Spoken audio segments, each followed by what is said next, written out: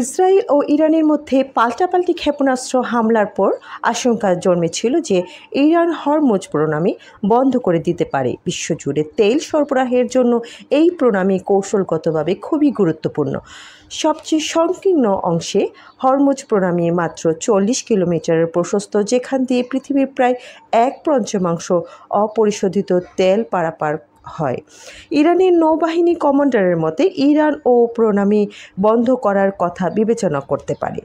যুক্তরাজ্যের গোয়েন্দা সংস্থা MI6 এর সাবেক প্রধান স্যার অ্যালেক্স ইয়ঙ্গার বলেছেন, সবচেয়ে খারাপ পরিস্থিতির ক্ষেত্রে যা হতে পারে তা হলো এই চ্যানেল অবরোধ করা।